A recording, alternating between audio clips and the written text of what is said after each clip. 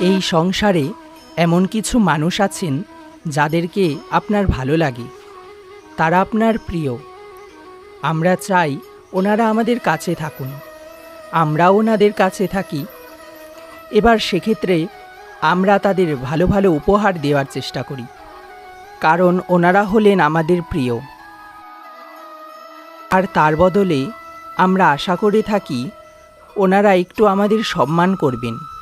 এবার এই মানুষজন যারা আমাদের প্রিয়, এদের আমরা একটা উপহার দিই। সোনা দিয়ে থাকি, আভূষণ দিয়ে থাকি, হিরে মুক্ত দিয়ে থাকি। কিন্তু যদি ভেবে দেখি এই সব কিছুরই একটা মূল্য আছে। ভেবে দেখুন, আপনি তাদের এমন উপহার দিতে পারেন যা কিনা অমূল্য। তা এরকম উপহার কি হতে পারে?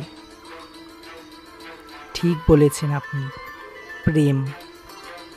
এই প্রেম হলো অমূল্য, কারণ মন থেকে এর উৎপত্তি হয়।